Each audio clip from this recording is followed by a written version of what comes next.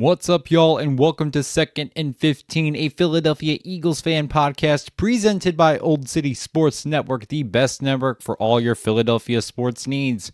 This is your host, Michael Roscoe. It wasn't the prettiest win, but we got the win over the Green Bay Packers. We'll recap that game, discuss some sideline and in the stands action, as well as preview the divisional card matchup versus the LA Rams. Without wasting any time, let's dive right into the scoring recap of that wildcard win. Not even 2 minutes into the first quarter after a fumble recovery by the Birds on the opening kickoff, Jalen Hurts fires a laser nearly 7 seconds after the snap to Jahan Dotson for the first touchdown of the game. Eagles up 7-0. Near the end of the quarter, Jake Elliott would extend the lead with a 31-yard field goal to put the Birds up 10-0. With no scores occurring in the second quarter, the Packers finally get on the board with under 6 minutes left in the quarter with a Brandon McManus field goal. Eagles 10, Packers 3. With under 3.5 minutes left from just outside the red zone, Hurts steps back and fires a quick pass to Dallas Goedert, who stiff-armed the same man 3 times for a 24-yard touchdown. However, the point after is no good. Eagles 16, Packers 3. 4 seconds into the fourth quarter, after a big run from Josh Jacobs, just before the end of the third, he finally gets into the end zone for a 1-yard rushing touchdown. Eagles 16, Packers 10. At about the 7.5 minute mark and close to the 3 minute mark, Jake Elliott would kick 2 field goals and end the game with a final score 22-10. Jalen Hurts would finish 13 for 21 for 131 yards, 2 touchdowns, and 0 turnovers. Saquon Barkley would finish with 25 carries for 119 yards. Our 2 touchdown scorers, Jahan Dotson, had 1 catch for 11 yards, and Dallas Goedert had 4 catches for 47 yards. All right, before we discuss this wildcard game, let's go into some Eagles news, starting with the next round of playoffs is set, and for our Birds, they will host the Los Angeles Rams on Sunday, January 19th at 3 p.m. Eastern Time on NBC. Additionally, this win did not come without a price, as Eagles linebacker Nakobe Dean suffered a torn patellar tendon against the Packers and will miss the rest of the postseason, as well as likely some of the 2025 season. We hope his recovery goes exceptionally well, and to aid in this linebacker depth, the Eagles have re-signed a familiar face in Nicholas Morrow to our practice squad. While the defense was on the field in around the fourth quarter, A.J. Brown was spotted reading a book called Inner Excellence, Train Your Mind for Extraordinary Performance and the Best Possible Life by Jim Murphy on the sideline. And since then, the book has skyrocketed, becoming the #1 bestseller / hottest seller on Amazon right now, going up 53 million%. I shit you not, 53 million%. So if you ever need a book promoted, just call up AJ Brown. But for real, I love that people, including AJ, are having fun with this whole thing.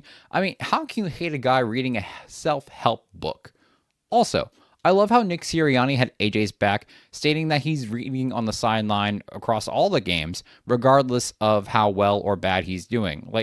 And he's calling out lazy media for not doing research before jumping to a conclusion about AJ Brown. What? Media members jumping to conclusions about AJ Brown? This is unheard of. I hope y'all know that was some extreme sarcasm right there. And finally, while that was happening on the sidelines, something kind of vile was happening in the stands. So many of y'all probably seen this by now, but for those who haven't, a video went viral from a Packers fan who filmed himself and his fiance, also a Packers fan, in the stands of the wildcard game, being verbally berated by a middle-aged gentleman who the Eagles and other NFL fans have scoured the internet to find identifying him as Ryan Caldwell. In the video, you can see Caldwell, while not being provoked, berating the couple and calling the woman a dumb, ugly, see you next Tuesday. Hopefully you can put together what see you next Tuesday is. You do the math. Anyway, it's gone viral and only adds more fuel to the fire of the terrible reputation that Eagles fans have. Now listen, I am all for bantering and bullshit, mutual trash talking, stuff like that, and can recognize when things get too far, and I myself try not to go beyond any personal boundaries like that. It's one thing to banter and to trash talk while sharing a brew and enjoying the game. But what Caldwell did is not fun for anyone. It's completely out of line. It's disrespectful. It's just fucking immature, dude. Like, grow the fuck up. You're a grown-ass man, at the very least in his mid to late 40s, just ruining the football fan experience for this young couple. I don't care if they were fans of the opposing team. You should not make anyone feel like that. They paid just as much money, maybe even a little more, little less, really depending on where you bought the tickets from. But anyway, to watch the game and have fun. And Caldwell, you fucked it up for them. You're a grown-ass man. Shut the fuck up and watch the game without ruining it for people. This type of shit is why the rest of the league hates us Eagles fans. It's one thing to embrace the no one likes us, we don't care mentality that us Eagles fans have. But what Caldwell did was not that. It was just plain assault. Don't get me wrong. I know there's shitty fans across the entire league. Hell, in week 1, you had Packers fans DMing horrible things to Eagles defensive tackle Jalen Carter after his clean tackle ended up unintentionally injuring Jordan Love, to which he reached out on social media wishing him a smooth recovery. Photo evidence from the DMs shows Packers fans calling him things such as a dirty player, telling him fuck you, to absolutely disgusting things, including one fan of the Packers who wished Jalen Carter broke his neck, and another Packers fan wishing death upon him while calling him the N-word. So Packers fans, don't act like y'all are an innocent fan base either, because you're not. I know we aren't. Everyone tells us that all the time. The rest of the league's fans just can't go a day without telling us about Eagles fans like that. But anyway, I digress. All over the internet, thousands of Eagles fans are condemning Caldwell's actions, and honestly, so am I. If you're gonna make someone feel like that at one game, I can't imagine how Caldwell has made others feel at past games or would do so in future games. And personally, I don't think he should be able to set foot in the link anymore. Not only does it continue to add to the narrative that Eagles fans are shitty, but it's just not a fun thing to experience and does not represent what it means to be an Eagles fan. I've been an Eagles fan my whole life, and I've been raised as an Eagles fan, seeing numerous positive experiences. Being an Eagles fan is honestly one of the greatest feelings on earth. Being with other Eagles fans just makes for a fun, sentimental time. The team's Autism Charity Foundation hits close to home. I could not imagine being a fan of another team the way I am about the Eagles. But people like Caldwell just ruin it. They ruin the reputation, they ruin the experience, and the overall atmosphere of what it's like to be an Eagles fan. We do not claim that man, and honestly, I hope those Packers fans are doing well after the experience, because they didn't deserve that from a shitty dude. To add on to this, there was an update on Tuesday. Apparently, Big Dom found out the dude's identity, as well as the identity of the people involved in the video, the Packers fans. And Big Dom and the organization are not only sending the female Packer fans some Packers gear as an apology, but also Caldwell has received a lifetime ban from home games. And good. We don't need that kind of negative energy in our fan base. Even if this whole filming thing was like some weird stunt by the Packers fan, there's a lot of questions circulating around that. Why did that Packers fan not defend his fiance? Why was there a GoFundMe set up to go buy a GoPro specifically for this game? Was this, clickbait for likes? Whatever the case may be, what the dude Caldwell did is not called for.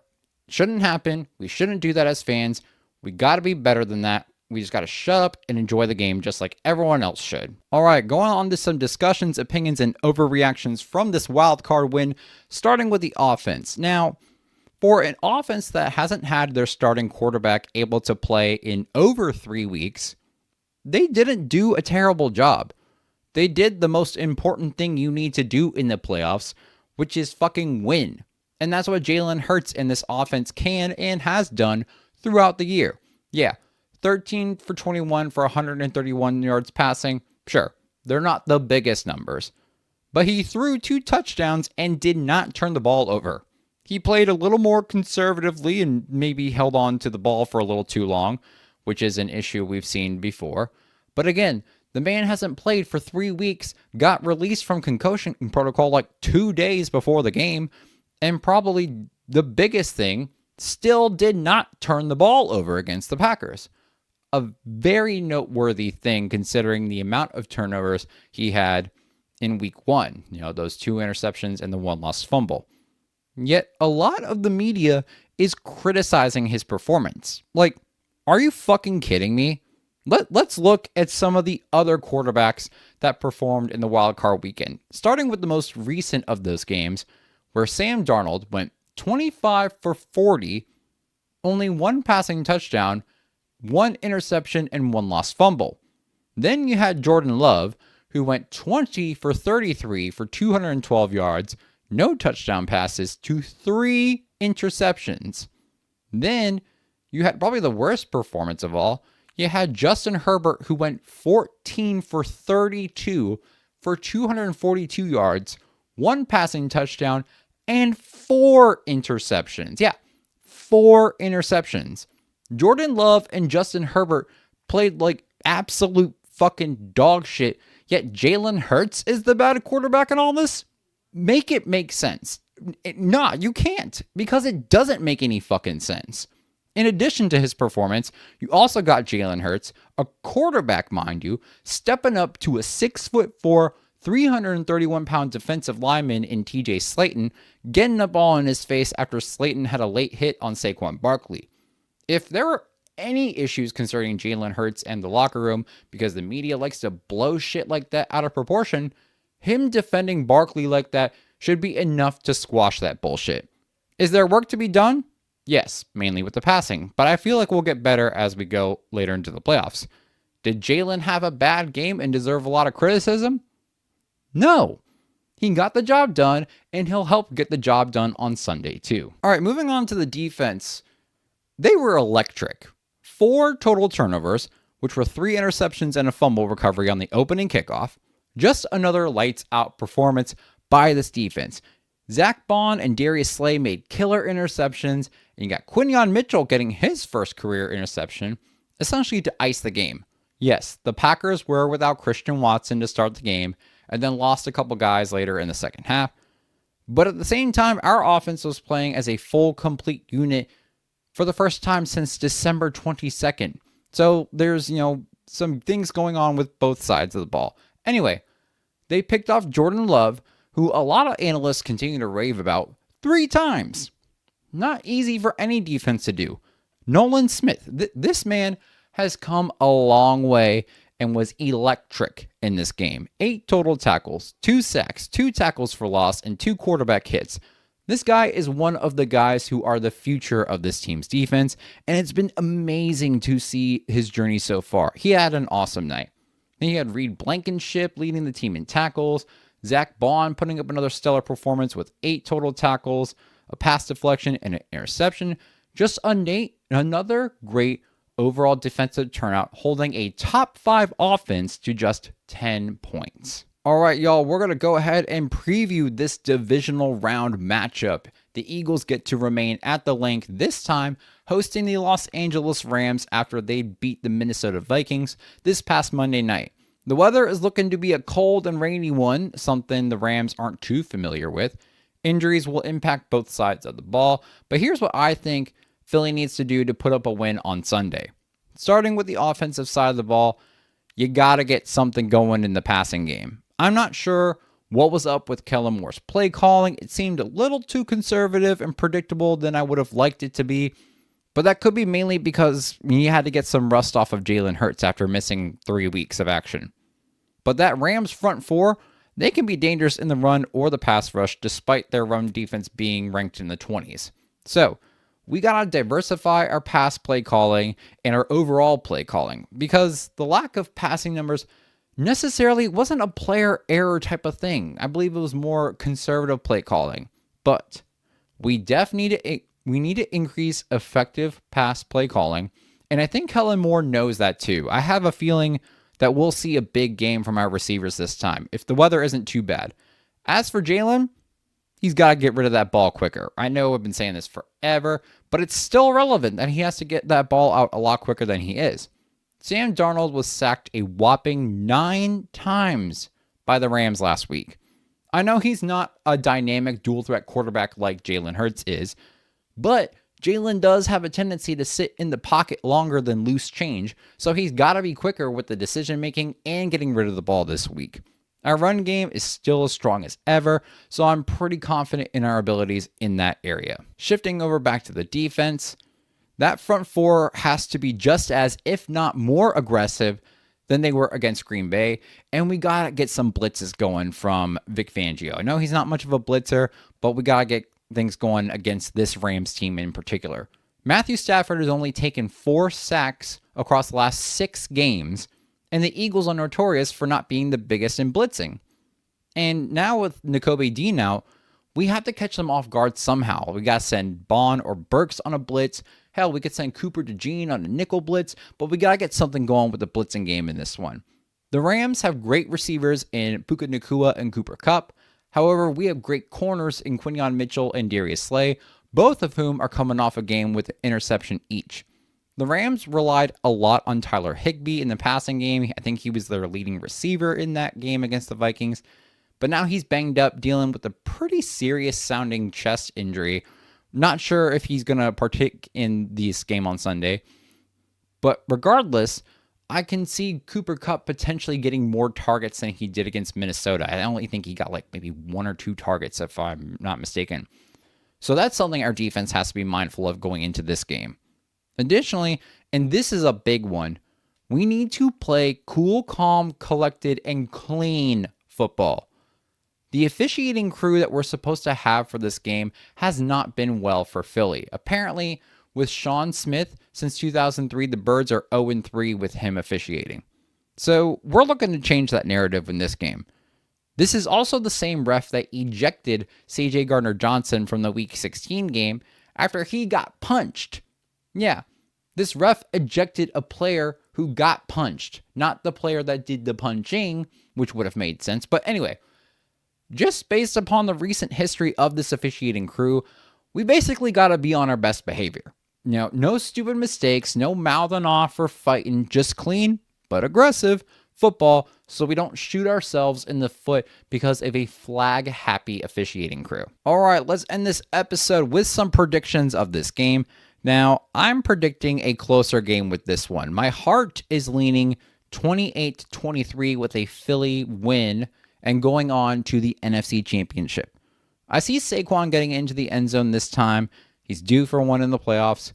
Maybe even Kenny Gainwell sneaking a touchdown in there, especially if we do end up having to rely on our run game more with the potential weather issues. If weather is not an issue and we are passing more, I could see AJ having a total 360 from this wildcard game and putting up 2 touchdowns himself. All right, y'all, that is it for this week's episode. Thank you all for joining us. Don't forget to like, subscribe, or follow us on YouTube, X, Instagram, Facebook, and TikTok while we still have it by searching at 2nd and 15. That's 2NDAND15, or by the full name 2nd and 15, a Philadelphia Eagles fan podcast. You can also find the audio for each and every single episode, releasing Thursday mornings on Spotify, Apple Podcasts, Amazon Music, Player FM, or wherever you get your podcasts. This episode, 2nd and 15, and Old City Sports Network are sponsored by Righteous Felon Craft Jerky. Use promo code OCSN at righteousfelon.com for 15% off the best jerky around. They got awesome flavors like Soul Survivor, OG Hickory, Darth Garlic, Teriyaki Balboa, and more. Any orders over $50 will get free shipping. We're also brought to you by Warlord Beard Oil. Use promo code OLDSPORTS at warlordbeardoil.com for 15% off your beard products, washes, whatever you need. Orders over $75 will get you free shipping.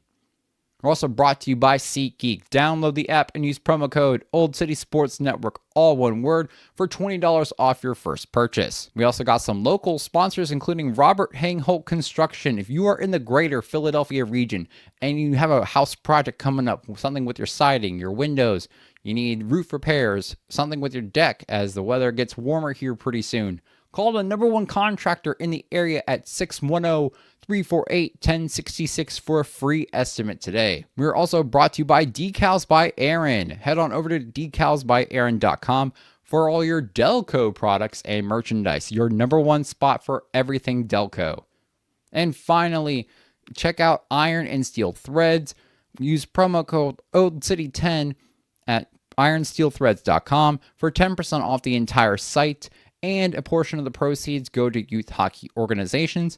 And then don't also forget to go check out oldcitysports.com so you can get some awesome merch from our merch store. Once again, thanks y'all for joining in. This is 2nd and 15, a Philadelphia Eagles fan podcast presented by Old City Sports Network.